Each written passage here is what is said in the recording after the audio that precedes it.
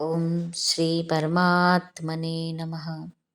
શ્રીમદ ભગવદ્ ગીતા અધ્યાય 13મો ક્ષેત્રજ્ઞ વિભાગ યોગ. આજે આપણે શ્લોક ક્રમાંક 26 વિશે સમજીએ. આગલા શ્લોકમાં કહ્યું ભગવાને કે શ્રુતિપરાયણ સાધક પણ મૃત્યુને તરી જાય છે. તો હવે પ્રશ્ન એ થાય છે કે મૃત્યુ થવામાં શું કારણ છે? એનો જવાબ ભગવાન આજના શ્લોકમાં આપે છે. તે આપણે શ્લોકના માધ્યમથી ને પછી ગુજરાતી ભાષાંતર અને સાધક સંજીવનીમાંનું વિવેચન એના માધ્યમથી આપણે સમજવાનો પ્રયત્ન કરીએ.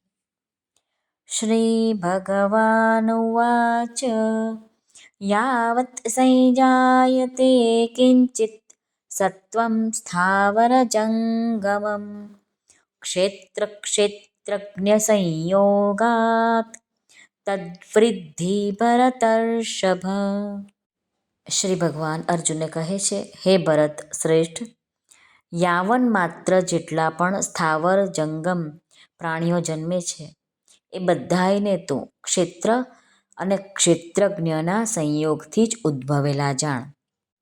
યાવત સંજાયતે કિંચિત સત્વમ સ્થાવર જંગમમ ક્ષેત્રજ્ઞ સંયોગાત. સ્વામી રામસુખદાસજી કહે છે કે સ્થિર રહેવાવાળા કોણ છે? તો કહે છે કે વૃક્ષ, લતા, દુર્વા, ઝાડી, નેતર, વાંસ, પહાડ વગેરે જેટલા પણ સ્થાવર પ્રાણીઓ છે. અને બીજું એક છે ચાલવાવાળા. તો ચાલવાવાળા કોણ છે? મનુષ્યો, દેવતા, પશુ, પક્ષી, કીટ, પતંગ, માછલી, કાચબો વગેરે જેટલા પણ જંગમ એમાં આવી જાય. થડચર, જળચર, નભચર આ બધા જ પ્રાણીઓ છે. તે બધા જ ક્ષેત્ર અને ક્ષેત્રજ્ઞના સંયોગથી જ ઉત્પન્ન થાય છે. ઉત્પત્તિ અને વિનાશશીલ પદાર્થ છે તે ક્ષેત્ર છે. અને જે આ ક્ષેત્રને જાણવાવાળો છે, ઉત્પત્તિ વિનાશ રહિત તેમજ સદા એકરસ રહેવાવાળો છે, તે ક્ષેત્રજ્ઞ છે. એ જે જાણવાવાળો છે તે ક્ષેત્રજ્ઞ એના જે શરીરની સાથે હું મારાપણાનો સંબંધ માનવો એ જ ક્ષેત્ર અને ક્ષેત્રજ્ઞનો સંયોગ છે. આ માનેલા સંયોગને કારણે જ આ જીવને સ્થાવર જંગમ યોનિઓમાં જન્મ લેવો પડે છે. આ જ ક્ષેત્રજ્ઞના સંયોગને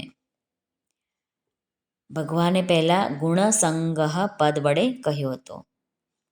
સ્વામી રામસુખદાસજી મહારાજ કહે છે કે નિરંતર પરિવર્તનશીલ પ્રકૃતિ અને પ્રકૃતિના કાર્ય જે છે શરીર, એ બધાની સાથે એકાત્મ ભાવ કરી લે, તાદાત્મય કરી લેવાથી જ પોતે જીવાત્મા પણ પોતાને જન્મવા અને મરવાવાળો માની લે છે. તદ વૃદ્ધિ ભરતર્ષભ. મહારાજ કહે છે કે આ ક્ષેત્રજ્ઞ અને ક્ષેત્રજ્ઞની સાથે પોતાનો સંબંધ માને છે એનાથી જ તેનો જન્મ થાય છે. પરંતુ જ્યારે તે શરીરની સાથે પોતાનો સંબંધ નથી માનતો ત્યારે તેનો જન્મ થતો નથી. આ વાતને તું બરાબર સમજી લે. આમ ભગવાન અર્જુનને કહે છે. શ્રી કૃષ્ણ અર્પણમસ્તુ. સર્વને ભાવથી જય શ્રી કૃષ્ણ. રાધે રાધે. હરિઓમ તત્સત. જય ગુરુદેવ દત્ત. જય સ્વામિનારાયણ. જય માતાજી. નમઃ પાર્વતી પતે. હર હર મહાદેવ હર. સિદ્ધેશ્વર મહાદેવની જય. આજના આનંદની જય. સર્વનું કલ્યાણ થાઓ, સર્વનું કલ્યાણ થાઓ, સર્વનું કલ્યાણ થાઓ.